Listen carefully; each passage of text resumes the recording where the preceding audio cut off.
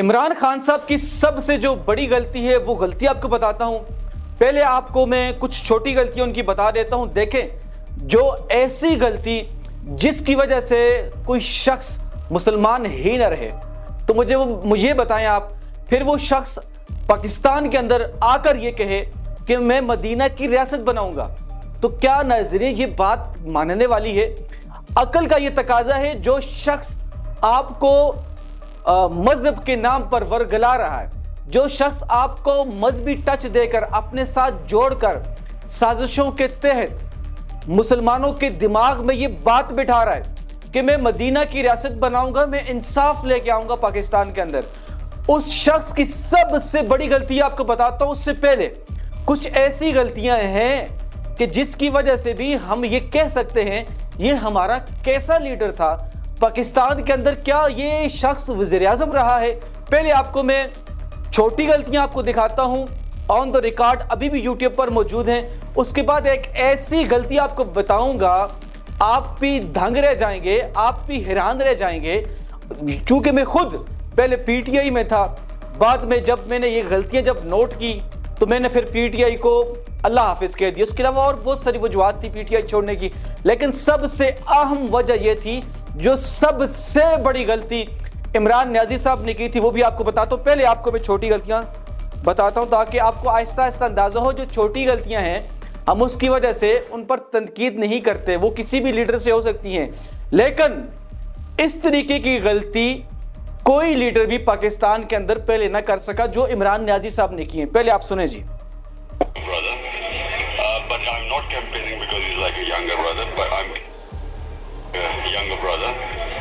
फिर सुने। ये इमरान न्याजी साहब हैं जो ज़ाक गोल्डस्मिथ को छोटा भाई कह रहे हैं, ज़ाक गोल्डस्मिथ का बाप जेम्स गोल्डस्मिथ, और ये वो लोग हैं कि जो लोग इसराइल को फंड देते हैं। जब इसराइल की रियासत बनी तो जेम्स गोल्डस्मिथ का सबसे ज्यादा फंड इसराइल की रियासत में शामिल था। अब ये जो शख्स है इमरान न्याजी साहब, हमें जबकि मदीना की रियासत का दर्स देते रहे। अब जब 2010 में और 2016 में जब इलेक्शन हुए ज़ाक गोल्डस्मिथ के, वहां पर जाकर कैंपेन चलाई, जबकि ज़ाक गोल्डस्मिथ के सामने एक मुसलमान सादिक खान उसको सपोर्ट नहीं की, बल्कि यहूदी को सपोर्ट करना मुनासिब समझा। एक तरफ तो हमारे पीटीआई के भाई ये कहते हैं कि देखे जी, जमाइमा को ठोकर मार दी इमरान न्याजी साहब ने पाकिस्तान के लिए।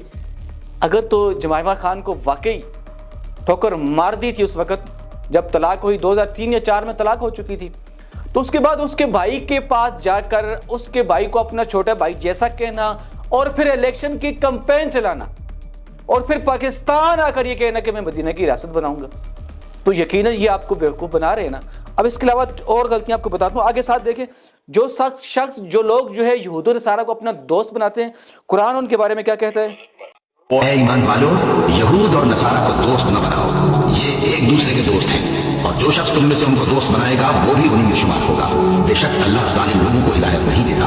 तो जिन लोगों के दिलों में निफाक का मर्ज है, यहूद और नसारा को आप दोस्त न बनाओ, जबकि हमें ये दर्स मिलता था कि मैं मदीना की रियासत बनाऊंगा। उसके बाद छोटी छोटी गलतियां आपको बताता हूं, उसके बाद बड़ी गलती बताऊंगा जिसकी वजह से मैंने खुद पीटीआई छोड़ी और जिसकी वजह से मैं समझता हूं अगर इमरान न्याजी साहब ने रुजू नहीं किया तो वो मुसलमान ही नहीं रहे। ये आप उलमा के पास चले जाएं, आप किसी कोर्ट में चले जाएं यही वाले अल्फाज लेकर, तो आपको अंदाजा हो जाएगा कि इमरान न्याजी साहब आपके साथ क्या खिलवाड़ करते रहे। अब आपको मैं बताता हूँ छोटी गलतियां इनकी और भी हैं। ये सुने, ये बड़ी मजाक की वीडियो भी है ये वाली। आपको पता है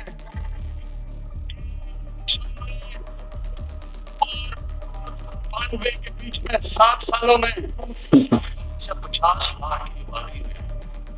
हिंदुस्तान जिसकी 1 अरब 300 करोड़ आबादी है, तो पाकिस्तान बना है तो इसकी आबादी 40 करोड़ थी। ला जी, 22 करोड़ है, कम हो गई अब।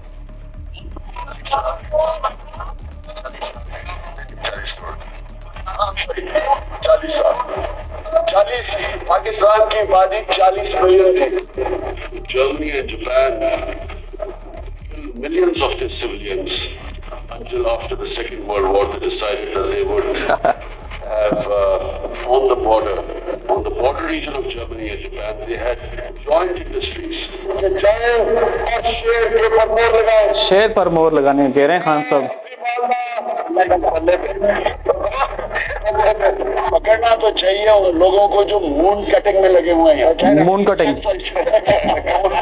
मैं पूरा लायबल दे दूंगा अपनी पार्टी को, सारी पार्टी को मैं बुला रहा हूँ 24 को इस्लामाबाद रायमन बुला रहे हैं। इंशाल्लाह लोड शेडिंग का पूरा प्रोग्राम लेके आ रहे हैं इंशाल्लाह। लोड शेडिंग का पूरा प्रोग्राम लेके आ रहे हैं। ये NA-22 का बड़ा अहम इलेक्शन है, NA-122 का बहुत अहम इलेक्शन है। इसी कह रहा हूँ बड़ा अहम इलेक्शन है। ये नाजरीन वो भोंगियां थी जिसको हम कह सकते हैं। खैर है, कोई बात नहीं, लीडर से बातें हो जाती हैं, गलतियां हो जाती हैं, चूंकि ये देख कर नहीं पड़ते ना, बड़े अजीम लीडर है। अब इन्हीं अजीम लीडर जो PTI वाले कहते हैं कि उनके बड़े अजीम लीडर है और पाकिस्तान में मोहम्मद अली जिन्ना के बाद जो है ये साहब आए पाकिस्तान के अंदर। अब ये साहब जो मदीना की रियासत का कॉन्सेप्ट आपको देते हैं और आपको मजहबी टच देकर बेवकूफ़ बनाने की कोशिश करते हैं, और PTI वाले नीचे हाथ जोड़कर खड़े होते हैं कि हमारा एक अजीम लीडर है। ये कैसा आपका अजीम लीडर है जो ज़ाक गोल्डस्मिथ की हमायत भी करता है जाकर, यानी जो इसराइल की हमायत भी करता है जाकर, और पाकिस्तान में आकर मदीना की रियासत का कॉन्सेप्ट भी देता है। ये आपको बेवकूफ़ नहीं बना रहा क्या? अब आपको बताता हूं जो इमरान न्याजी साहब ने सबसे बड़ी गलती की है, जिस गलती की मेरे नज़दीक कोई गुंजाइश नहीं है, हर मुसलमान के नज़दीक इस गलती की कोई गुंजाइश नहीं है। ये आप पहले वीडियो सुने, ये ऑन द रिकॉर्ड अब भी यूट्यूब पर मौजूद है, आप खुद भी जाकर वहां पर विजिट कर सकते हैं। मैं आपको सुना देता हूँ। मदीना की रियासत में सबके हुकूक थे, ईसाइयों के हुकूक थे, यहूदियों के हुकूक थे, सबके। तो वो तो इंसानों के सबके हुकूक हैं। ये मैं कहता हूँ कानून के सामने सब एक बराबर। लेकिन ये कहना कि जो नबी को आखिरी नबी मानता वो मुसलमान नहीं होता। अस्तगफिरुल्लाह, अस्तगफिरुल्लाह। सुने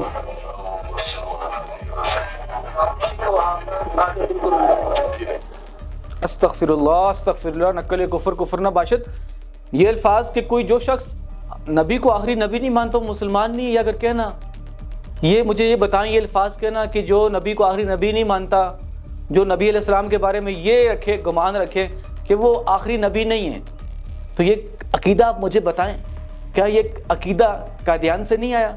मैं नफरत नहीं फैला रहा, मैं तनकीद नहीं कर रहा, मैं PTI के अपने भाइयों को समझाने की कोशिश कर रहा हूँ कि मेरे भाइयों, जिस गलतफहमी में आप बैठे हुए हो, जो आप इंतज़ार कर रहे हो, 4.25 साल हुकूमत रही, उसमें मदीना की रियासत नहीं बनी, उसमें आपका मुल्क डिफ़ॉल्ट करने वाला था, डिफ़ॉल्ट तकरीबन हो चुका था।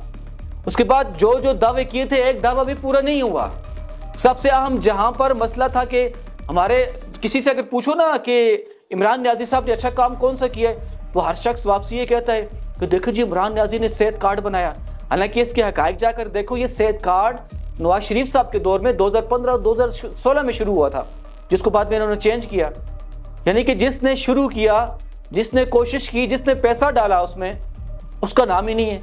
उसके साथ साथ आप जाकर देखो कि ये इतना बड़ा कैंसर हॉस्पिटल बना दिया इमरान न्याजी साहब ने। अगर उसकी तहकीकात आप करो, उसके बाद जो बोर्ड लगा हुआ है उसके इफ्तिताह नवाज शरीफ साहब ने किए। चले ठीक है, 2 मिनट के लिए मान लेते हैं उनके पास ओहदा था, तो बड़े ओहदे वालों को बुलाकर इफ्तिताह किया जाता है। तो अगर थोड़ा सा मजीद आप रिसर्च करेंगे तो आपको पता चलेगा कि इमरान न्याजी साहब ने उस हॉस्पिटल के अंदर 3 करोड़ रुपए डाले थे, जबकि नवाज शरीफ साहब ने 50 करोड़ रुपए दिया था उस हॉस्पिटल के लिए। और कभी नवाज शरीफ की तरफ से, उसके मुंह से ये अल्फाज आपने कभी नहीं सुने होंगे कि मैंने इमरान न्याजी के साथ इतनी अच्छाई की है, और हॉस्पिटल का नाम लेकर नवाज शरीफ साहब ने कभी कैंपेन चलाई हो। आपके इख्तलाफ हो सकते हैं, मेरे इख्तलाफ हो सकते हैं, लेकिन इख्तलाफात को अगर साइड पर रखकर अगर आप हकाइक पर बात करेंगे तो क्या ये अच्छाइयाँ आप भूल जाएंगे और ऐसे शख्स को आप वोट देंगे